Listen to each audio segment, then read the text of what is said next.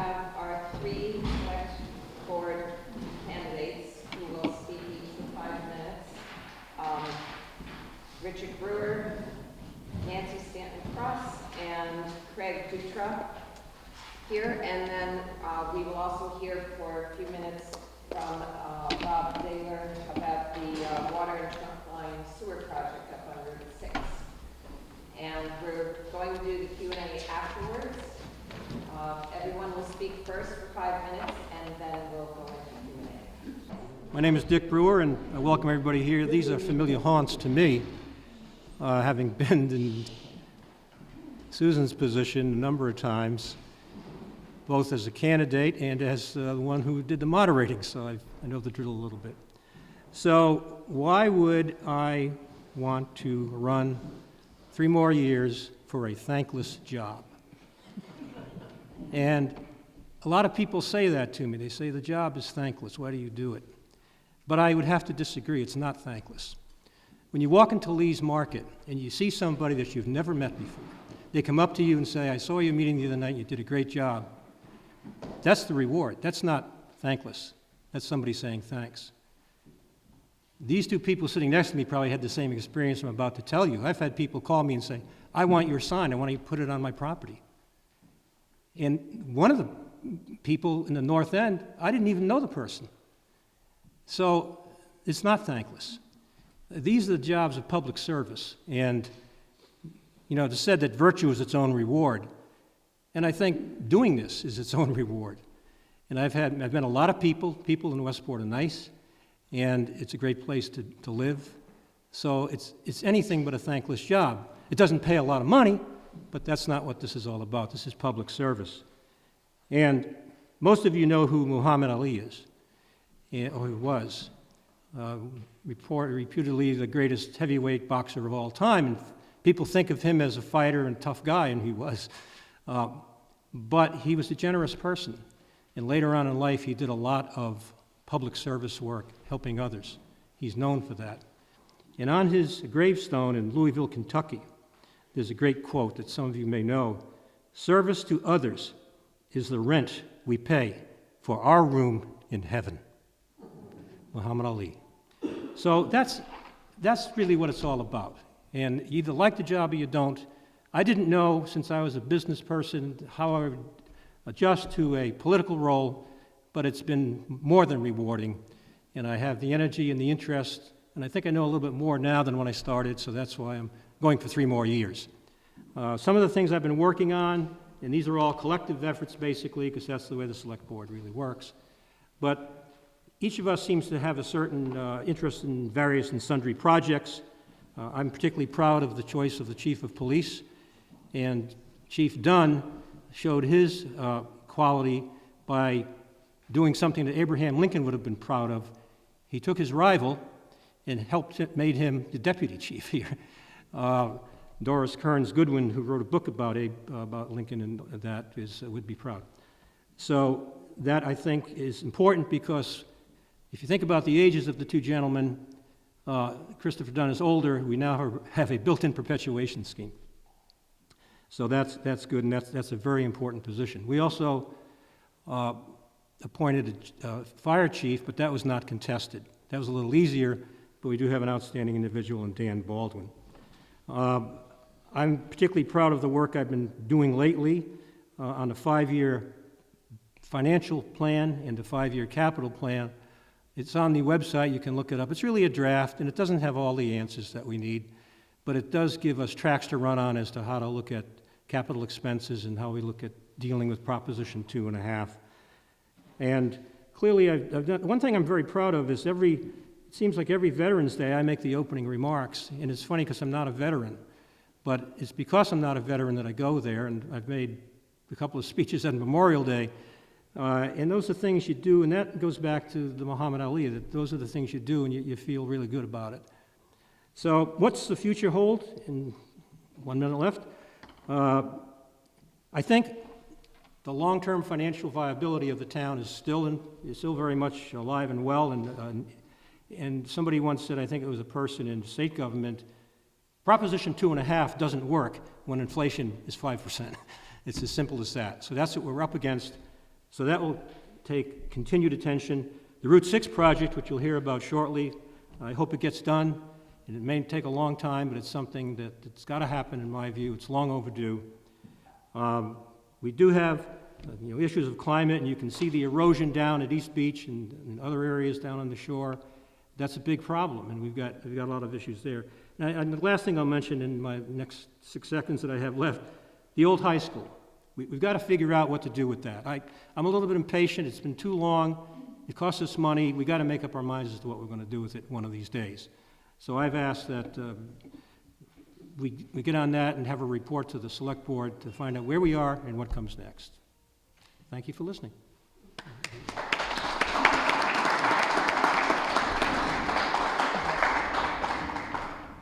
Good morning, and thank you to the Westport Neighborhood Association for inviting me here. My name is Nancy Stanton Cross. Some of you know me as I've been on the school committee for the last 6 years. I've learned an awful lot. I went into the school committee with some type of perception, and I came out with a different one. I understand the challenges of that budget, and it's a very difficult budget to understand. As Dick just said, it takes you a while to get into what you're doing to really understand and navigate the process and understand how it works. State mandates, I know from the school side, are choking us to death. These unfunded mandates come down each and every month, it seems, with new things. For example, restorative justice. So now we can't suspend children. We have to do restorative justice programs. So now we have to find personnel somewhere with our limited staff to come up with programming to do painting of a room or to do some type of different things with them within the school building so we're not sending them back to their homes. So these are great ideas, they're fabulous ideas, but when you're dealing with a limited staff and now you have to bring in restorative justice and you have some disciplinary problems, it's twofold. So you can see how that can add in. Let me tell you a little bit about myself. I'm married. My husband Ralph is way in the back. He works at the Bristol County House of Correction. He is always my solid. He listens to me and he argues back, which is why I married him.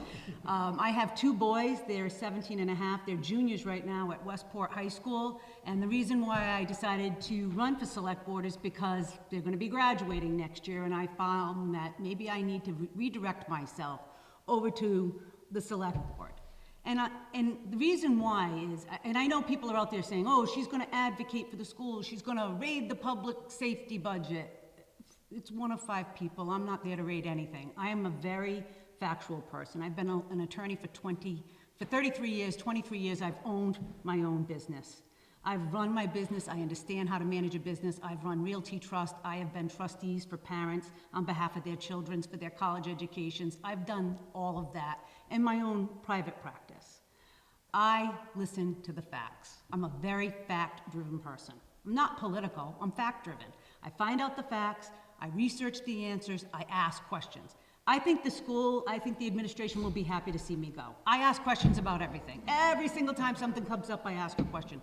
When they want to spend something that I see that they shouldn't spend, I'm asking 10 more questions. Well, why are we doing it that way? Why don't we do it that way? And I honestly can say after 6 years of Nancy questions, they actually have the answers now before I ask them. So I think that's progress, right? They've made progress. That school budget is the tightest budget I've ever seen. The FinCom this year, I knew I could do this when I listened to Michelle Raposa and Tom Orban speak about numbers and explain them with a chart that was transparent. And I knew then I've done my job. It's time for me to go to the other side. And that's why I want to run for the other side. I'm there to ask questions and be factual. People don't like taxes. I don't like taxes. But what I don't like, and I have seen, is the divide in this town between the schools and the town, and this constant, oh, the town side, oh, the school side, and it's this. The demographics in Westport are changing. The older population is aging out. The young population of new families with new kids coming into the system, they are going to advocate and they're going to move strongly. And sooner or later, that divide that exists that has some sort of balance is going to be out of balance again. And if we don't collaborate with the other side of the budget, we are never going to make progress. And you know, I found out that happened this year. Because over the last 3 years, after the schools from the floor made motions for free cash, finally, there was a collaboration between the FinCom and the school committee and the select board to talk about the problems. That's why they learned about the budget this year. There was a $750,000 increase. It was on special education. We got 2 seriously disabled kids into the district that we have to out of district. $550,000, $750 in total. So what did I advocate for? A special purpose line item in the general fund. And you know what? They all agreed. So this year we're going to have a special purpose fund. We'll contribute to it every year so we don't have the tsunami we had this year. If you elect me, I'll ask the questions, I'll ask the facts. I'll bring to Westport what I believe I brought to the school committee. Transparency, I'll answer your questions. I don't duck from anything. I say the facts, you can like me or not. But I think that I can help. I think that I can build the bridge between the schools and the town that we better build now, or we're gonna be in serious problems later. Thank you very much.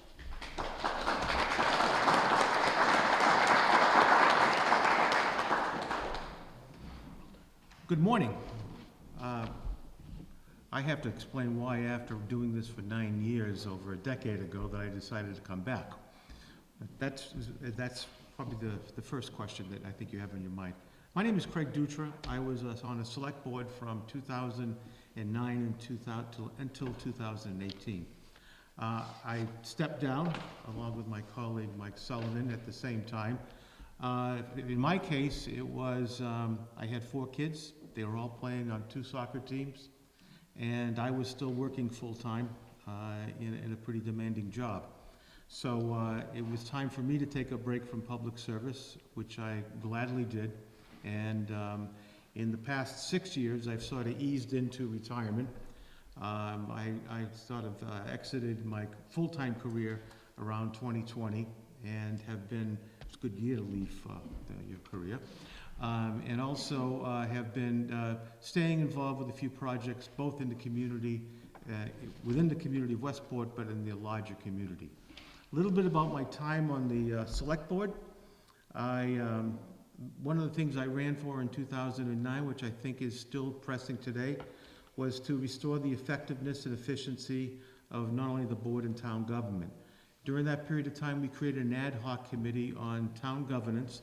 It was actually chaired by Jane Lose, and we looked at some of the issues that have been coming up with respect to the override last year, and then the white paper I think that Mr. Brewer and Jim Hartnett drafted 2 months ago, which looked at which is proposing, and I agree, that we should be going towards a 5-year budget planning process. And not get up every year and try to add the numbers up and subtract the numbers and then panic and then try to figure out how to make the budget work. At least that's how we did it some of the time that I was on the board. Another committee that I created, and hearing Nancy talk about it, we had difficulty between the school and the town sides of the budget agreeing upon how to divide up the pie. And there was always, and many times those discussions were resolved on town meeting floor. And sometimes whoever got the most people to town meeting were the ones that won the battle. And we thought it was important to try to transcend that for as best as we could. We created something called the Budget Subcommittee. It was a committee that included 2 representatives from the Board of Selectmen, 2 members from the school committee, and 2 members from the FinCom. The 2 and 2 worked because we weren't violating any open meeting law. The ad hoc worked because we're not taking votes. We were there to try to create ground rules and try to create expectations that we could then take through our own respective processes for bringing the town budget to town meeting. That was a committee that came up with the split. That's when we first to say, well, let's look at this pie and in a grotesque way try to break it into shares. And I think it came down, the school was at the time, I think it was 54%, and the town was 46%. And I think the percentages are fairly close to that to this day. But that was the kind of work that needed to be done because in 2010 and 2011, we were coming off and into a deep recession nationally. So not only was it affecting our, you were looking at state government doing budget rescissions, where you'd be starting the budget process looking at what you thought local aid was gonna be, and then the governor would use their powers of rescission because of the shortfall from the federal government or from projected state revenues, and then all of a sudden, somewhere into the budget process, we would have to revisit all of our assumptions. To wrap up, I'm married. I live in Westport with two of my sons. The rest have all grown up and moved on. I spent 43 years working in nonprofit work. Some of my responsibilities including running the Regional Community Foundation, being the first executive director of the New Bedford Area Anti-Poverty Program, and serving as a policy advisor for the former mayor of Boston, Ray Flynn.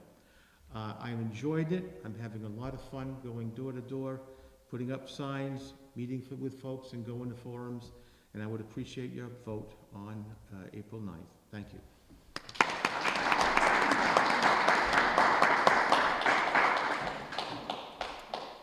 Did you have me then? Oh, yes, sorry.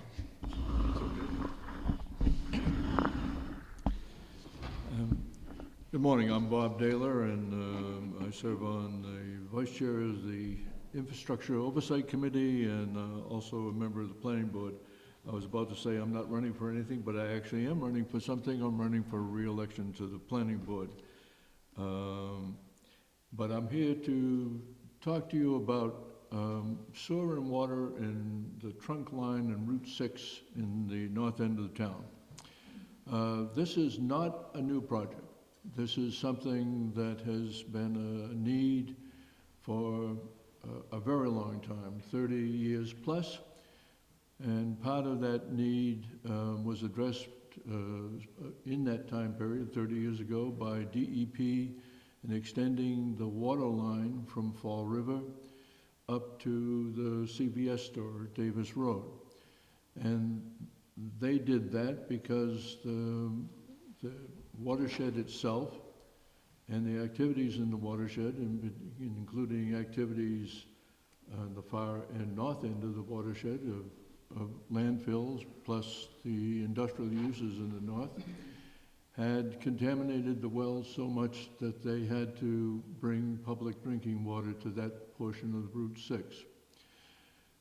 That need continues, and that need is only worse now than it was before because of PFAS and the other chemicals that we're discovering in the water supply.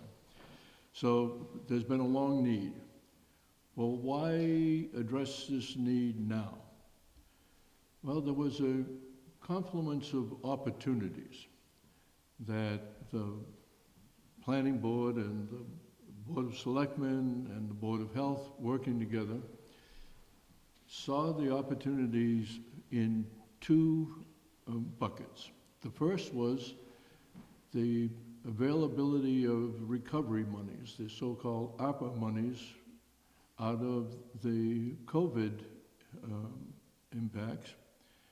The federal government provided states and the county and the towns with recovery monies. The town used those, working together, the town used those recovery monies to advance the design of water and sewer in Route 6. So we had this long-standing need. It was in our master plan for the last two master plans over 20 years. And now we had an opportunity in which there was funds available to use to design this project. So we advanced the design and the contract documents and are doing the permitting. That's been done. That was done without any impact on our tax rolls because we used this federal monies.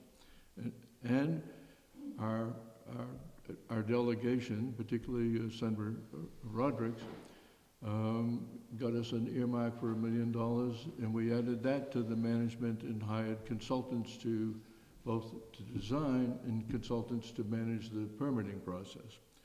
So we had that opportunity. The second opportunity was the federal government passed the Infrastructure Investment Act. And that provided a slug of money that is substantially larger by 3 or 4 times the amount of federal monies that flow into the states for water and sewer improvements. So that money is now sitting in the state revolving fund, so-called. It's a loan fund. It's the way the states have managed that inflow of money. So there is money at 2% interest rates sitting there. There is also debt forgiveness for certain economic profiles, and part of which we would qualify for. So debt forgiveness is the equivalent to a grant when the process is a loan process as opposed to a purely grant process. So we had this confluence of opportunities. ARPA money for design. So now we have a project designed in which we can chase the other federal monies that flowed into this out of the Infrastructure Investment Act. So where we are right now is that we have the design. We've put the design out for bids. The construction estimate for the extending water and sewer in Route 6, which is the spine or the trunk of an expanded system which will be expanded in the future into the neighborhoods. That project is about $34.4 million is the current construction estimate. When we have 2 articles. One, a vote coming up on April 9th to authorize that the selectmen borrow an amount of money. There is no amount in that because that's the way the law is. To borrow money to build the water and sewer system that's designed. At the town meeting is the body that appropriates money to be spent by the select board sitting as water and sewer commissioners. And the appropriation is for $35 million. So it's a big number, but it's a project that has a long history. And that project will be paid for essentially in 3 buckets. One, whatever grants and debt forgiveness and things that we can pursue, we will take that. So that comes off the top of the $35 million. You don't have to borrow the amount that's given to you. That makes sense? So just part of the funding that comes from the state and the federal government is either forgiven or it's a grant. So that comes off the top. And then there are 2 other buckets in which we pay for this. One is the people who are served by that is the people who will get water and sewer services in the North End, pay betterments.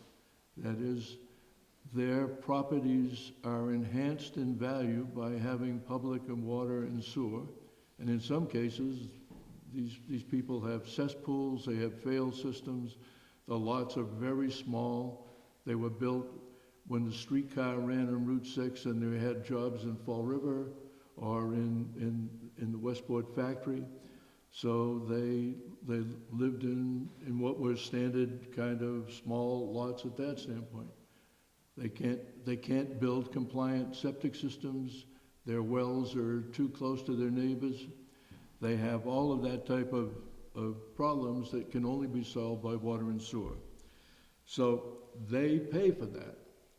And they pay for that in the betterment we're trying to set at 20% of the project cost, which in this first round amounts to a little less than $10,000 a property. They can pay that betterment as soon as it's assessed, or they can pay it over 20 years. And we're trying to aim to keep that as something in the $400 to $500 a year added to their betterments. The rest of us have to pay out of the tax law. just in the general bonding. So that would come out of the tax funds, and in this little handout, we've done a table that looks at what adding water and sewer would do to all of us who won't be served. My wife and I live around the corner at 1800 Drip Road. We don't intend to ever have the sewers extend outside of the North District where the need is. So for us, it means roughly a 5%, if you look at what these numbers mean, it's roughly a 5% increase in the taxes generally in the town. Now, why should someone who's never going to see the sewer pay for the sewer? Well, there's a whole bunch of reasons.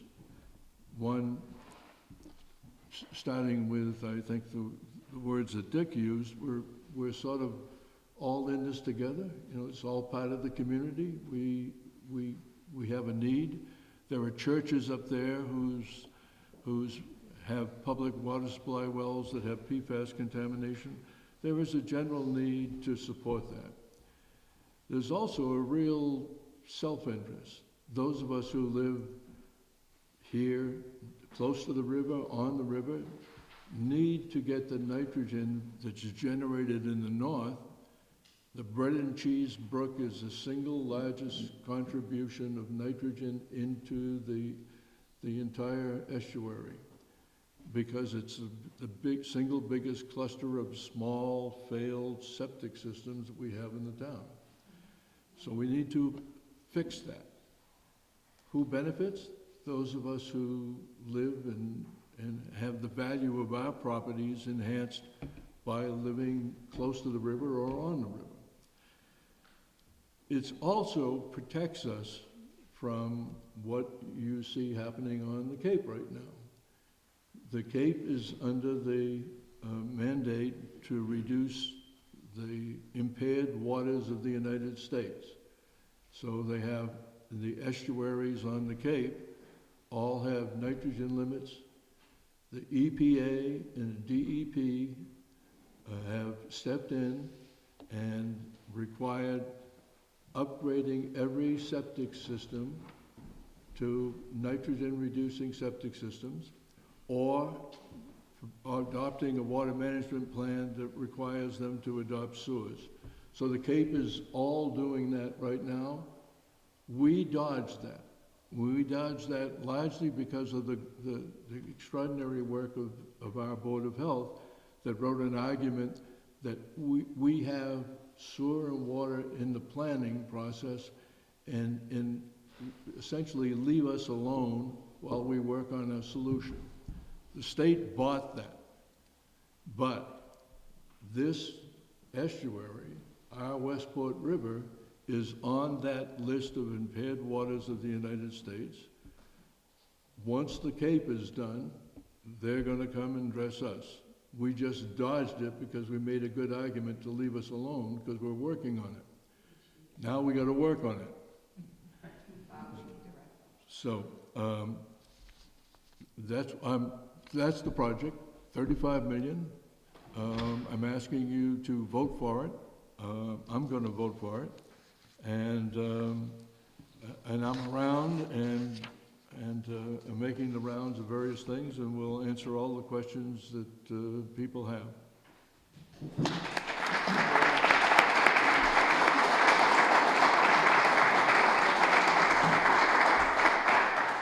I want to thank you all for coming today and for speaking to our group. And now is the time for Q&A. Yes, what do the three candidates think of the Route 6 water and sewer project? Want to go to order? Well, if I could go in the order, so I definitely support it. It's long overdue. I think I said that earlier.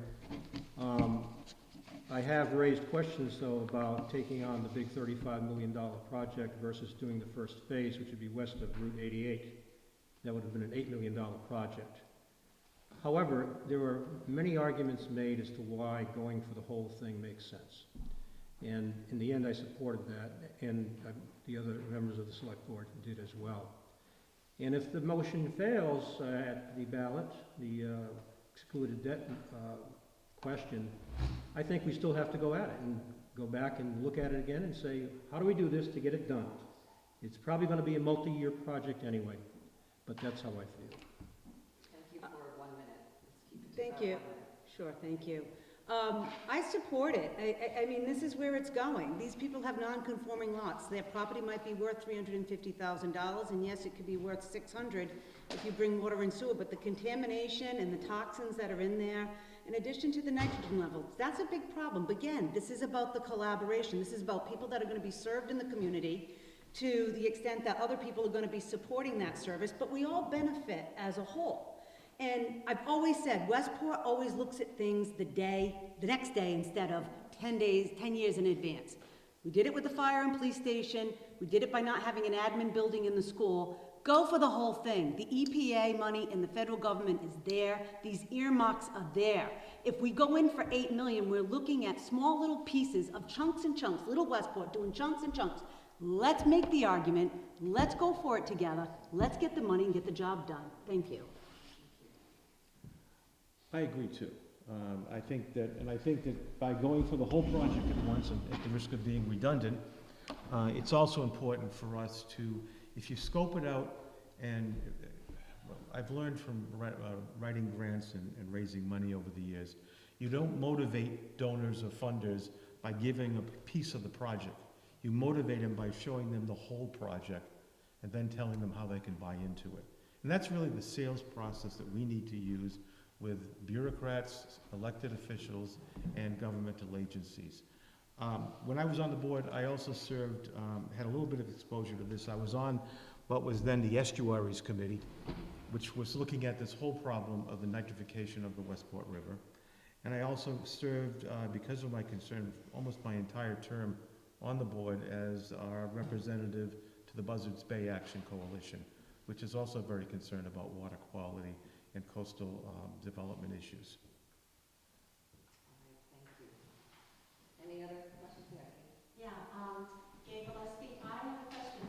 On April the 9th, if this does not pass, can it go to town meeting in May and be discussed at town meeting and pass at town meeting and then go to another ballot vote after town meeting in June or July? Yes, yes, and that's exactly what the plan is. The second part is a little more complicated. By the time we get to town meeting, we're out to bid right now, so we'll actually have bids, and we'll actually have a bid that we could enter into contract. When we get to town meeting, we'll actually know what the construction cost is going to be. Let's say it doesn't pass the vote.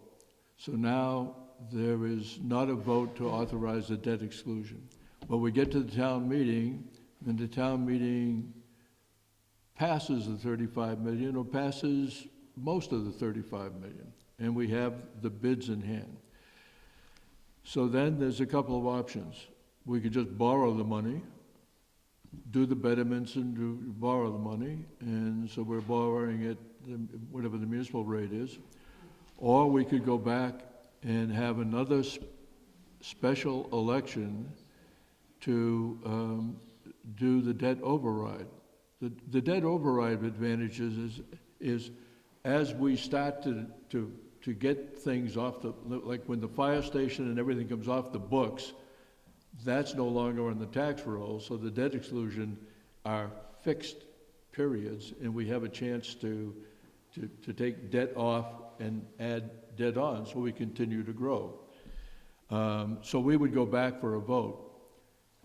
That's a very tough job for the town clerk now, because we have national elections, we have the town election, we have the primary elections in the fall. So fitting in another vote is complicated for them, but we would try to do that. I'm all for this. I'm just concerned for the people up there that I know that are friends of mine. It's very expensive. That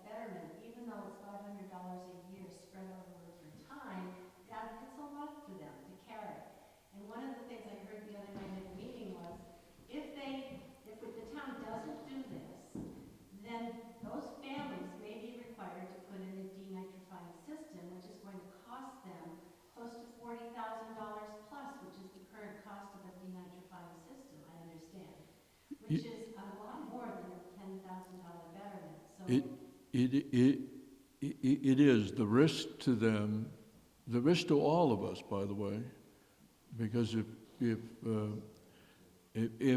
the state came under the same conservation law foundation that forced all this, we're in that same target, because we have the EPA has already declared the Westport River as an impaired waters. If we don't work on this, we're all subject to that adopting nitrogen reducing systems. You know, and so that if you look at forget for a moment the 35 million, but if you look at if everybody paid $40,000 or $35,000, which is what these things are running, to install these systems, what is the capital investment of that? I mean, it's like 3 times what the sewers are, you know. So it's do we collectively pay 35 million, or does everybody reach in their pocket for 40 grand?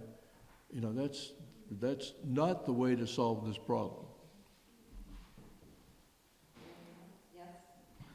It occurs to me that this is a major economic development boom to that area of Route 6.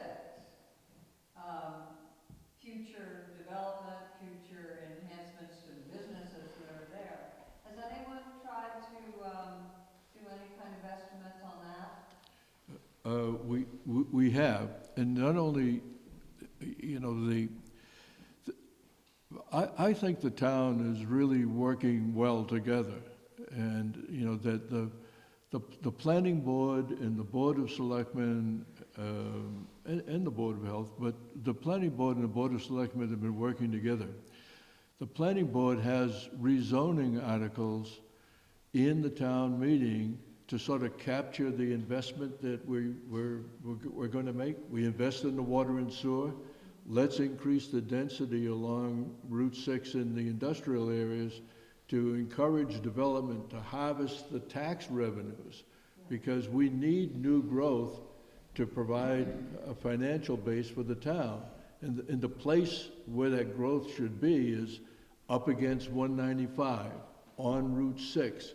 There's a bus route on Route 6. If you think about where we have the infrastructure, that's where we should have the growth. So we've got rezoning articles in the town meeting as well, which will hopefully encourage economic development, particularly commercial development in the north end, and we can harvest the tax benefits of the investment we make in water and sewer. So we're looking at all of that, those kinds of measures, and see if we can integrate it. So I think from that standpoint, we're acting in the way I think the town should act to harvest the benefits and protect our people and to provide some growth so we really have a tax base in which we're not living hand to mouth every single year. I mean, that's great. You should make sure all the voters know that. Is that part of your pitch? I mean, to me, they couple together, and maybe it's already out there, but that would certainly influence people. There's 3 real points to the pitch. One is the public health benefits in the north end for those people who are have sewer and water service. The environmental benefits to the river and the ecology of protecting the river, shell fisheries, fishing, just the beauty of the river itself. And the other is the economic benefits of having development occur where we want it to occur, and adding that new growth, which is outside of Prop 2.5 cap, so that new growth gives us the kind of breathing room we need to run our government. Just to address Mary Ellen's question,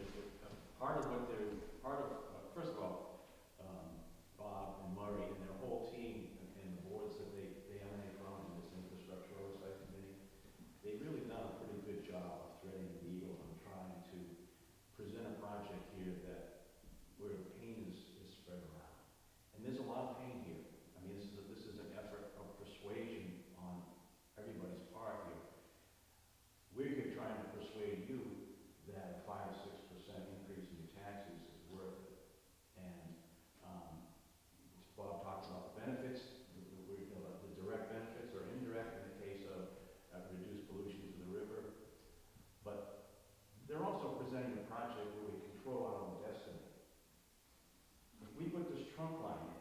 trunk line only services a couple hundred businesses and homes. It is not a solution, but it's the foundation for a solution. It's way over engineered to address 200 businesses and homes. It's engineered to address the whole of greater Route 6 North End area. And that's why we need to share the cost. We can't impose that cost on the businesses and homes. But within that strip, within that Bob talked about a $10,000 betterment, the businesses pay a lot more. Okay, so this is really shifted as a cost sharing within that structure as well.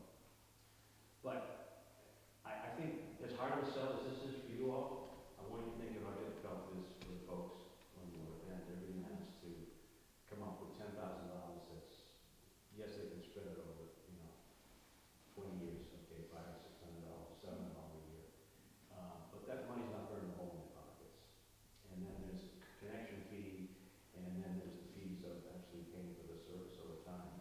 It's a hard sell, but we're all up against this deadline, this looming regulation. The arc of these things is that densely populated areas will be sewered over time. That's just the way it works. We have this push from the EPA and the DEP, and when they get through extending their attention and love to the Cape, they're going to come back to us. And then we're not going to control our destiny. We're not going to have time to pick these projects, these neighborhoods off and get grants. We're going to have a different time. So in that case, I think in the long run, it's a savings. What they're trying to do for us is to make this as painless, or take as much of the pain out of it as possible. So, and I represent, I'm talking more like a former selectman because this is a financial problem, but I represent the West River Watershed Alliance now. And we are fully in favor of this project for a number of reasons, not just the environmental benefit, but also what it's going to do for the town. So the people that are going to be served in the end like this service. So that wasn't a question, I'm sorry. Yes, I just wanted to mention that hasn't been brought up about that the state is going to redesign Route 6. So now it would be to coincide how the pipes go in at the same time, because once they pay that, you have to wait several years to dig it up again. So that's been discussed. The only other thing I wanted to bring up is I went to that meeting up north the other night, and just listening to the folks, all of these arguments were made, and they were well-founded, but their concern, part of, I would say a third of that meeting, was the very thing of economic development in that area, and what it's going to look like to their houses. Are we going to have tenements being built? Are we going to have all of this commercialization of Route 6, which has a lot of commercialization already? So I think that we have to address that with them a little bit more poignantly with the warrant articles that you're doing for the zoning there, because Westport does one thing very well. We zone very responsibly. We really do. And they need to understand that we'll continue zoning responsibly, even though economically it would increase our tax base. That zoning will be responsible. And I think that they need to be reassured of that. I think that was a big point that they talked about. And that's a very good point, Ann, because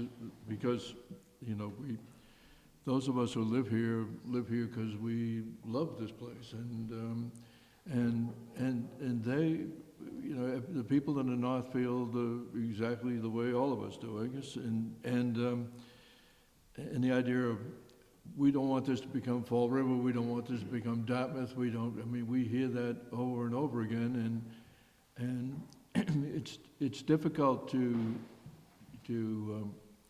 I have in my mind a completely different picture than that.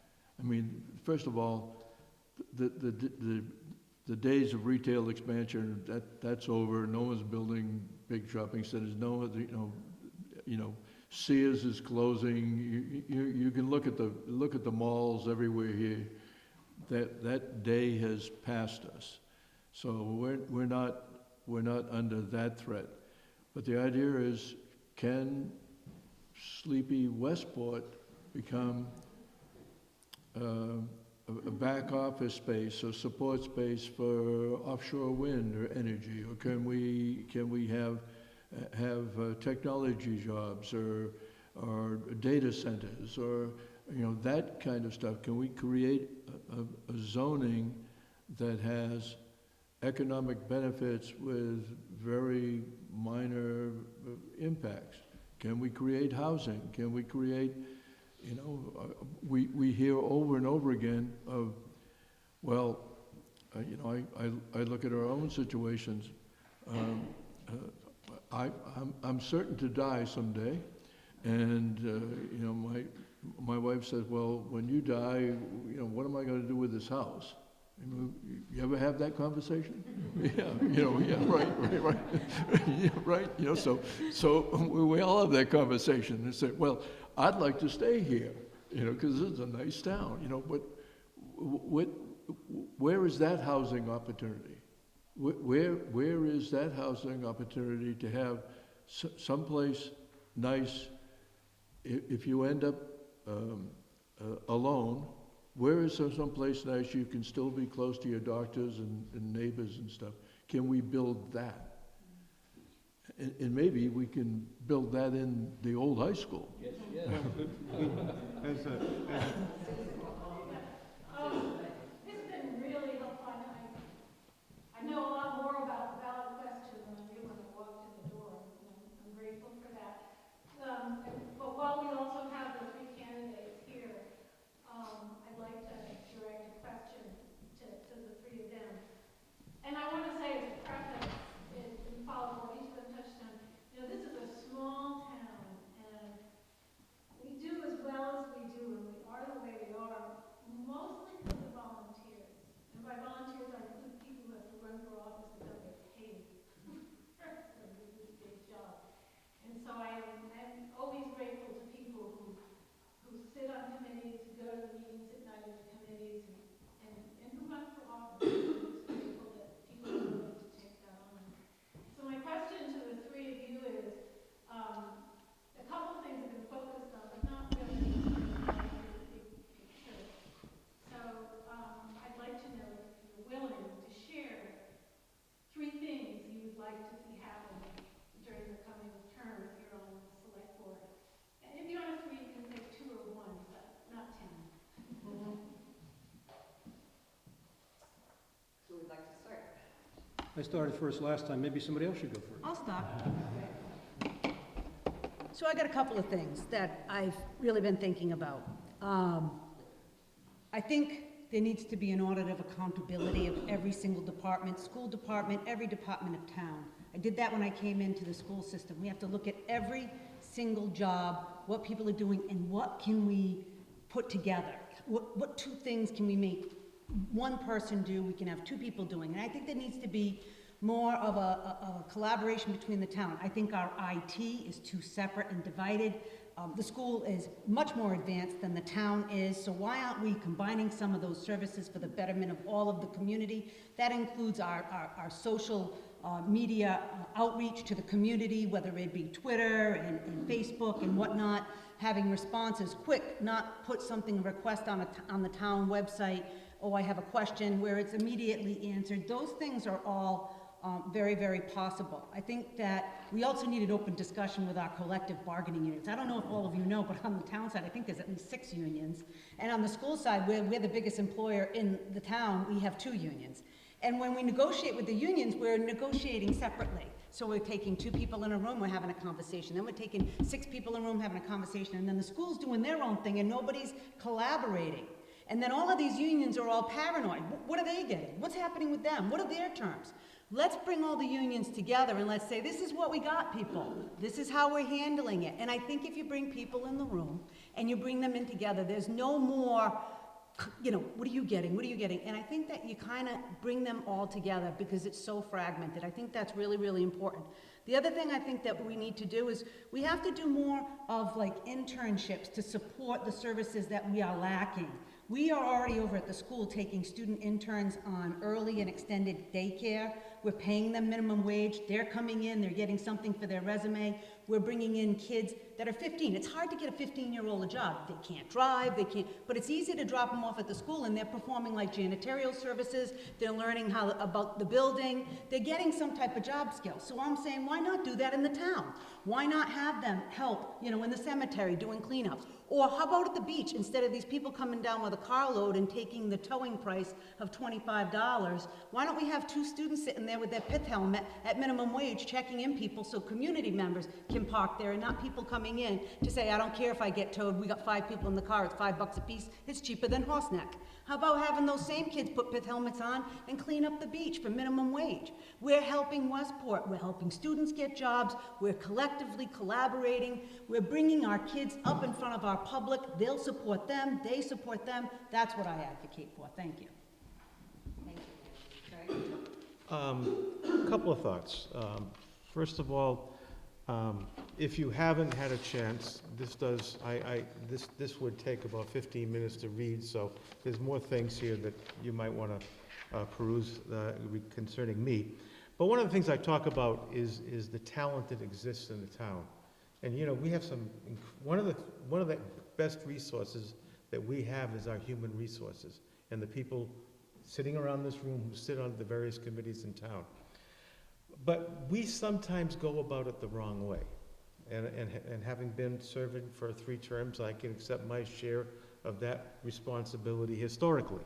And that is, we always used to advertise where are the vacancies on committees, as opposed to what are the opportunities for the town. And one thing we may want to start thinking about, and actually it's pretty easy to do, is create a talent bank. Ask people who want to get involved in town what their areas of expertise and what are their areas of interest. Because you take that, and then you can take those talents and skills and merge them with where your needs are for committees. Or, if you're a town administrator, where your needs are to have a few people advise you on a specific project. Because we have enormous talent in this town, and some of the best committee members we have are people that have come out of related professions and put their professional expertise to work. But we haven't done a good job of seeking them out. They've tended to be the types of people who were aggressive, sought out the opportunity, and volunteered. And there's a way of volunteering where you get solicited to volunteer or recruited, and I think we can put some of that together as well. Thank you. And Richard? Thank you, and I'll focus on just a couple of things I mentioned earlier. One was the long-term financial plan and its accompanying capital 5-year plan. So we have a plan. It's really more like a draft, and it says, here's some of the things you can do, here's some of the things to think about, and here's how you would go about closing a department or something. Okay, I think everybody liked it, but now what are we going to do? So if I get reelected, I'm going to be focusing on that and saying, look, we've got to do something with this now. This is important. That's why we wrote it, and we've got to have our guidelines and a tracker to run on. And that's, I think, very, very important. Otherwise, we won't be able to deal with our chronic so-called structural deficit. The second thing is, I mentioned earlier, is to figure out a solution for the old high school. For what it's worth, I'm not enamored with, and I have grave doubts about using that facility for town offices. I think it's a bad idea.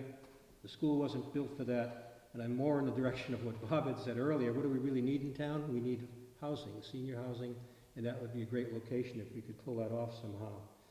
And the rest would be, I would say, that needs continued discussion, as we're discussing today, is Route 6. There are a lot of discussions that are going to be coming from that, and a lot of pieces and parts to the project, one way or the other, and that's got to be given the attention.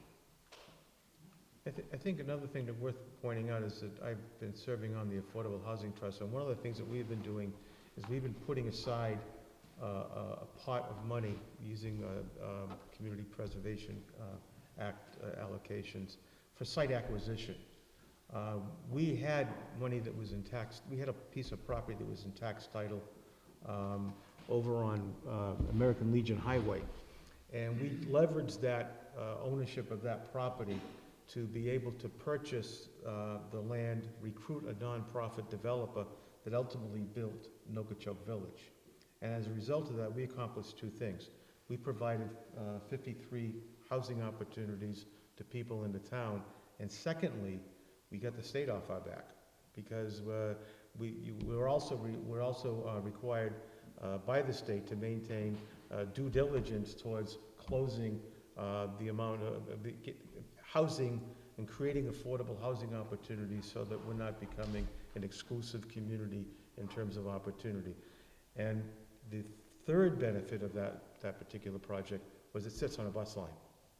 It's close to Route 6. So again, if you get the synergy of location, need, and financial resources, it can be a win-win-win. Okay, thank you. We are coming up toward noon, so I'm going to say if there's one last question, or else you can individually speak with the speakers as well. Any last thought anyone wants to ask? All right, then I'll say we're done, and again, thank you all for coming. Thank you very much. Good work. Great, good to see you. Good luck. Thank you.